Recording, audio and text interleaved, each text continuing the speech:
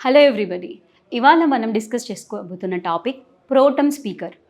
Pro tem speaker గురించి discuss చేసుకొని very బ్రీఫ్గా మనం స్పీకర్ అండ్ డెప్యూటీ స్పీకర్ గురించి కూడా డిస్కస్ చేసుకుందాం. అయితే ఇవాళ ఈ టాపిక్ ఎందుకు చూస్ చేసుకున్నామంటే మనకు నిన్నటి రోజున ప్రెసిడెంట్ గారు భర్తృహరి మహతాబ్ అనే అతన్ని మనకి ప్రోటమ్ స్పీకర్గా అపాయింట్ చేయడం జరిగిందనమాట. సో ఇప్పుడు మనకి ఇప్పుడు ఫంక్షన్లో అవుతున్న లోక్సభ ఏంటి? 18th లోక్సభ. సో ఈ 18th లోక్సభకు మనకి ప్రోటమ్ స్పీకర్గా భర్తృహరి మహతాబ్ని ప్రెసిడెంట్ గారు అపాయింట్ చేయడం జరిగింది. అయితే ఈ ప్రోటమ్ స్పీకర్ అనే వాళ్ళు ఎవరు? మామూలుగా మనం స్పీకర్ అనటం జనరల్గా వింటూ ఉంటాం.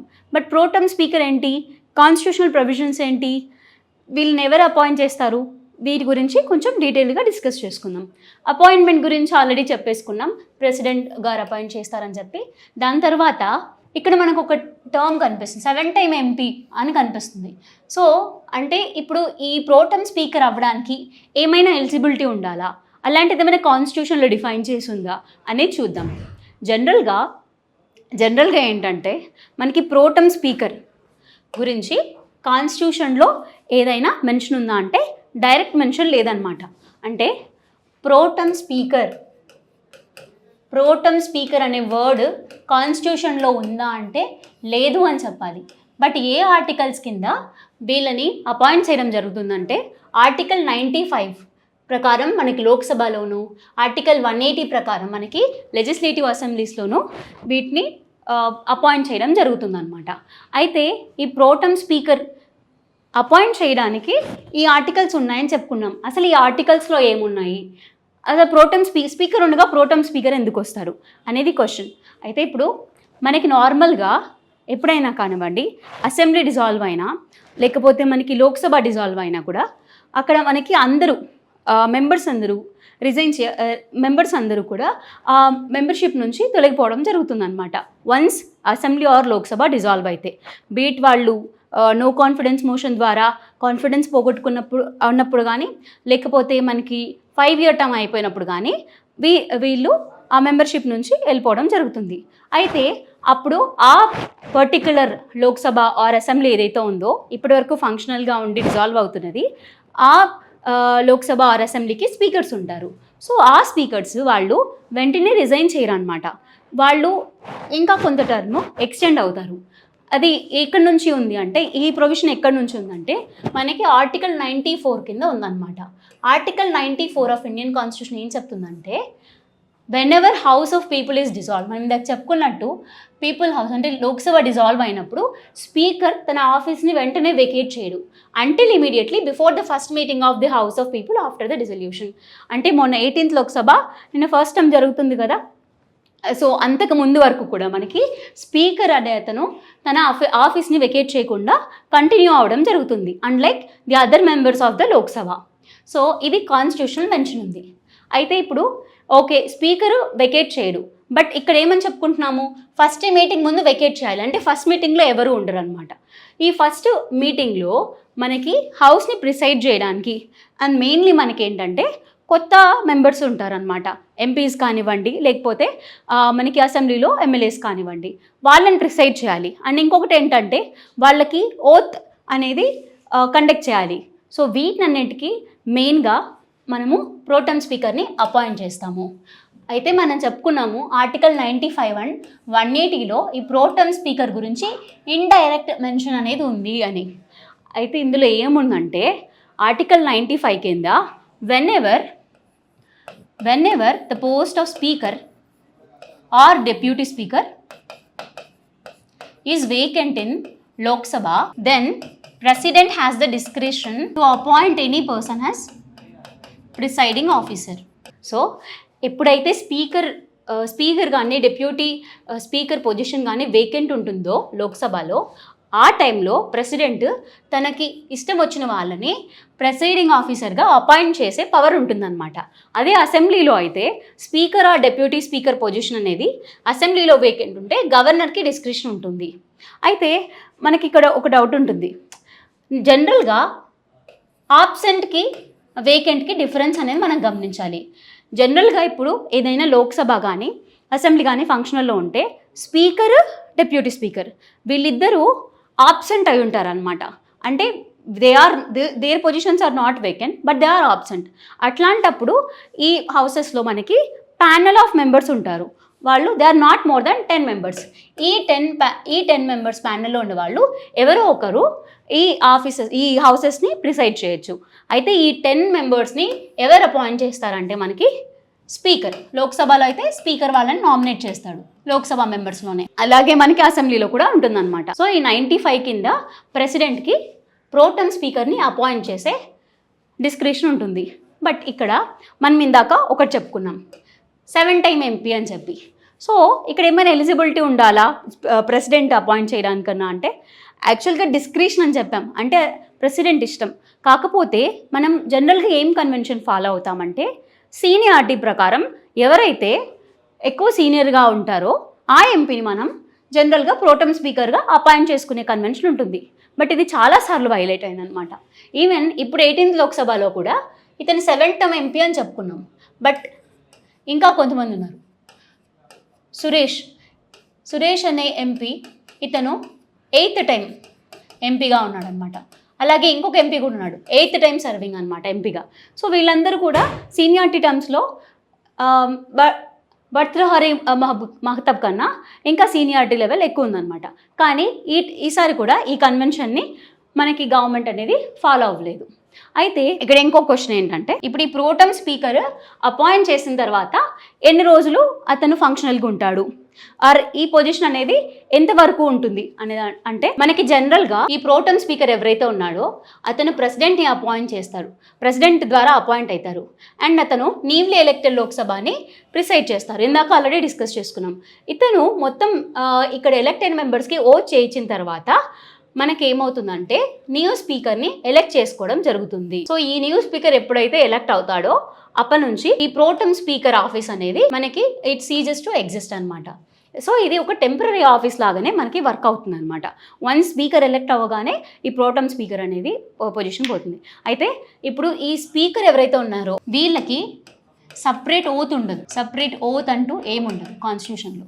ఇది ఒకటి మనం గుర్తుపెట్టుకోవాలి, నో సపరేట్ ఓత్. అండ్ ఈ speaker and deputy speaker, so ఈ ఇన్స్టిట్యూషన్స్ అలా మనకి ఎప్పటి నుంచి వచ్చాయి అనేది డిస్కస్ చేద్దాం. అయితే మనకి 1921లో ఈ ఇన్స్టిట్యూషన్స్ అనేవి వచ్చాయన్నమాట.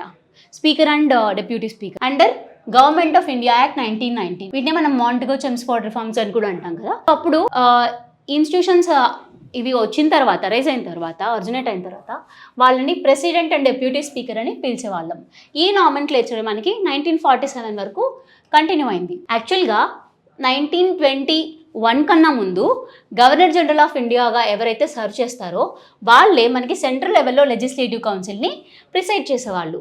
బట్ 1921 తర్వాత ఫ్రెడరిక్ వైట్ని, సచ్చిదానంద సిన్హాని మనకి governor general of India first స్పీకర్గా అండ్ ఫస్ట్ డెప్యూటీ స్పీకర్గా అపాయింట్ చేయడం జరిగింది సెంట్రల్ లెజిస్లేటివ్ అసెంబ్లీకి. తర్వాత 1925లో విఠల్ భాయ్ జే పటేల్ అనే అతను మనకి first Indian and first elected స్పీకర్గా వర్క్ చేశారు. అయితే ఇక్కడ ఆల్రెడీ సచ్చిదానంద సిన్హా వచ్చారు, కానీ ఇతను డెప్యూటీ స్పీకర్గానే వర్క్ చేశారనమాట. So the first elected speaker and first Indian to be so అనేది ఎవరంటే విఠల్ భాయ్ పటేల్. దాని తర్వాత గవర్నమెంట్ ఆఫ్ ఇండియా యాక్ట్ 1935లో ఈ నామెన్క్లేచర్ని చేంజ్ చేసి మనం ప్రెసిడెంట్ అండ్ డెప్యూటీ ప్రెసిడెంట్గా ఉండేవి కదా, వాటిని స్పీకర్ అండ్ డెప్యూటీ స్పీకర్గా చేంజ్ చేస్తుంది. బట్ అక్కడ ఓల్డ్ నామెన్క్లేచర్ 1947 వరకు కంటిన్యూ అవుతుందని మనం ఆల్రెడీ ఇక్కడ కూడా చెప్పుకున్నాం. అయితే ఇది ఎందుకంటే 1935 యాక్ట్ ప్రకారం ఫెడరల్ పార్టీ ఏదైతే ఉందో మనం దాన్ని ఇంప్లిమెంట్ చేయలేదు. సో దానివల్లనే ఈ నామెన్క్లేచర్ ముందు ఏదైతే ఉందో వాటిని ఫాలో అయ్యామన్నమాట. Next G V Mavalankar and Ananta Sayanam Ayyangar, వీళ్ళు మనకి ఫస్ట్ లోక్సభ ఏదైతే ఉందో మనకి ఎలక్షన్స్ తర్వాత అప్పుడు ఫస్ట్ స్పీకర్గా ఫస్ట్ డెప్యూటీ స్పీకర్గా వీళ్ళు వర్క్ చేశారు. ఈవెన్ జీవి మౌలాంకర్ గారు కాన్స్టిట్యూంట్ అసెంబ్లీలో కూడా స్పీకర్ పోస్ట్ని హోల్డ్ చేసుకున్నారనమాట. అయితే ఇది speaker and deputy speaker institutions యొక్క ఎవాల్యూషన్. జనరల్గా స్పీకర్ యాక్చువల్గా లోక్సభ మెంబర్స్ ఎవరైతే ఉన్నారో వాళ్ళలో వాళ్ళని ఒకరిని ఎలక్ట్ చేసుకుంటారు. బట్ జనరల్ ఏంటంటే ఫాలో అయ్యే కన్వెన్షన్ ఇప్పటిదాకా ఇండిపెండెంట్ ఇండియాలో ఇప్పటిదాకా కూడా ఎప్పుడు స్పీకర్ని ఎలక్ట్ చేసుకోకుండా అది మోస్ట్లీ కన్సెన్సస్ బేసిస్ మీదనే జరిగిందనమాట. అయితే ఇప్పుడు ఫస్ట్ టైం మనకి ఒక విషయం గుర్తుంచుకోవాలి ఏంటంటే ఫస్ట్ టైం మనకి కాంగ్రెస్ పార్టీ వాళ్ళు మొత్తం ఇండియా కొలిషన్ వీళ్ళందరూ కూడా స్పీకర్ పోస్ట్ ఎలక్షన్కి వాళ్ళ సైడ్ నుంచి ఒక క్యాండిడేట్ని నామినేట్ చేస్తున్నారు. సో వీళ్ళు కనుక ఇలా చేస్తే ఇది first time to be happening in independent India అనమాట. ఎందుకంటే ఎప్పుడు కూడా కన్సెన్సస్ బేసిస్ మీద జరిగేది, బట్ ఇప్పుడు ఫస్ట్ టైం వీళ్ళు ఒక క్యాండిడేట్ నీల్ చేసిన తర్వాత వీళ్ళు అపోజిషన్ పార్టీ క్యాండిడేట్ని పెట్టడం ఇది ఫస్ట్ టైం అనమాట. అయితే వీళ్ళు ఎందుకు ఇలా చేస్తున్నారంటే మనకి 10th లోక్సభ ప్రకారం వరకు స్పీకర్, డెప్యూటీ స్పీకర్ ఇద్దరు కూడా రూలింగ్ పార్టీ నుంచి ఉండేవాళ్ళు. అయితే 11th లోక్సభ నుంచి ఒక కన్సెన్సస్ అనేది బిల్డ్ అయిందనమాట. ఆ కన్సెన్సస్ ఏంటంటే స్పీకర్ రూలింగ్ పార్టీ నుంచి ఉంటే డెప్యూటీ స్పీకర్ పోస్ట్ని అపోజిషన్ పార్టీకి ఇవ్వాలనే కన్సెన్సస్ అనేది వచ్చింది. సో అప్పటి నుంచి కూడా దీన్ని ఫాలో అవుతూ ఉన్నారు. కానీ మనకి లాస్ట్ టైం ఏమైంది అంటే మనకి 17th లోక్సభలో డెప్యూటీ స్పీకర్ని ఎవరిని కూడా అపాయింట్ చేయలేదు అనమాట. ఎవరిని డెప్యూటీ స్పీకర్ కింద అపాయింట్ చేయలేదు. సో ఇండిపెండెంట్ ఇండియాలో అసలు డెప్యూటీ స్పీకర్ లేకుండా ఏదైనా లోక్సభ జరిగిందా అంటే అది మనకి 17th లోక్సభనే అనమాట.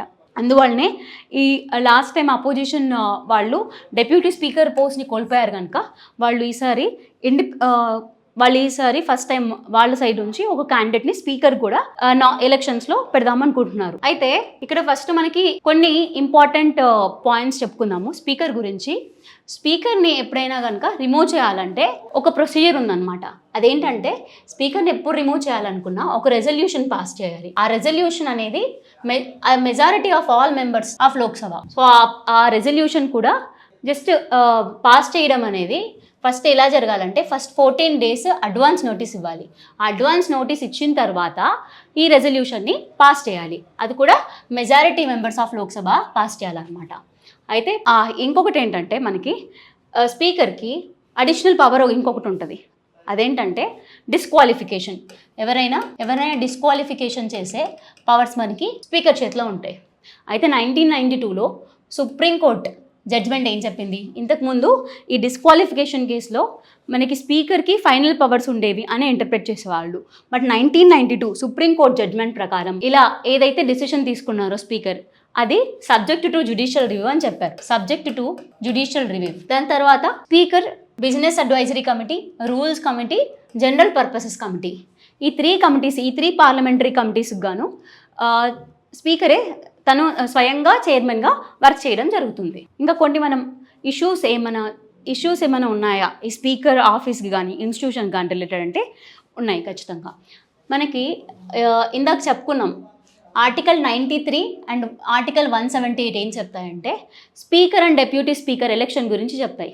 అంటే డెప్యూటీ స్పీకర్ని ఎలెక్ట్ చేసుకోవాలి అనేది కూడా కాన్స్టిట్యూషనల్ ప్రొవిజన్ అనమాట. బట్ ఇది లాస్ట్ 17th లోక్సభలో ఇది వైలేట్ అయింది.